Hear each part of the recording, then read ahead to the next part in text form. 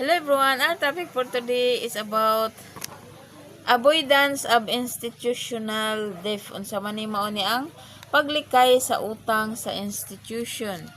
So, what is the important of avoidance of institutional debts?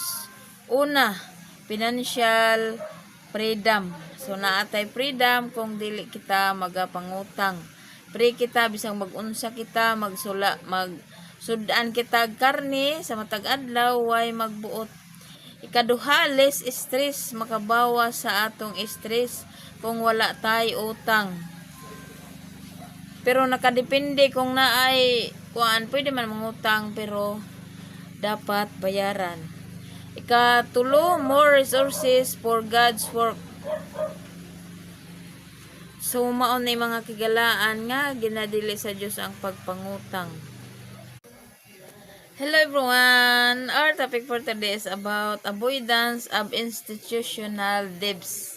Unsa man ni mga kagalaan, paglikay sa mga utang sa institution.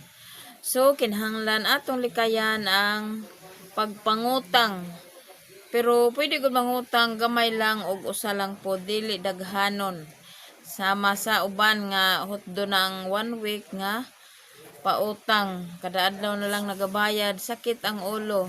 So aron malikayan, so avoiding institutional debts. Number 1, financial freedom, naatay freedom.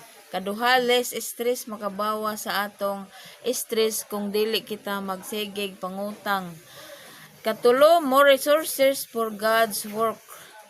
So Proverbs 22:7, the borrower is slave to the lender, want to live into debts, pre-living tips. Thank you. Okay, hello everyone. Our topic for today is about what is the importance of avoidance of institutional debts. Unsa man ni? Paglikay sa mga utang sa institution. So avoid debt. So brothers and sisters, avoiding institutional debts. Number 1, financial freedom. So kung dili kita mangutang, naatay freedom. Financial freedom. Ikaduha, less stress, makabawa sa atong stress.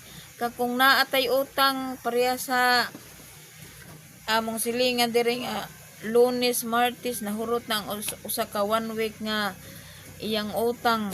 Sige na lang siya bayad sa kada adlaw. Unya, ikatulo, more resources for God's work.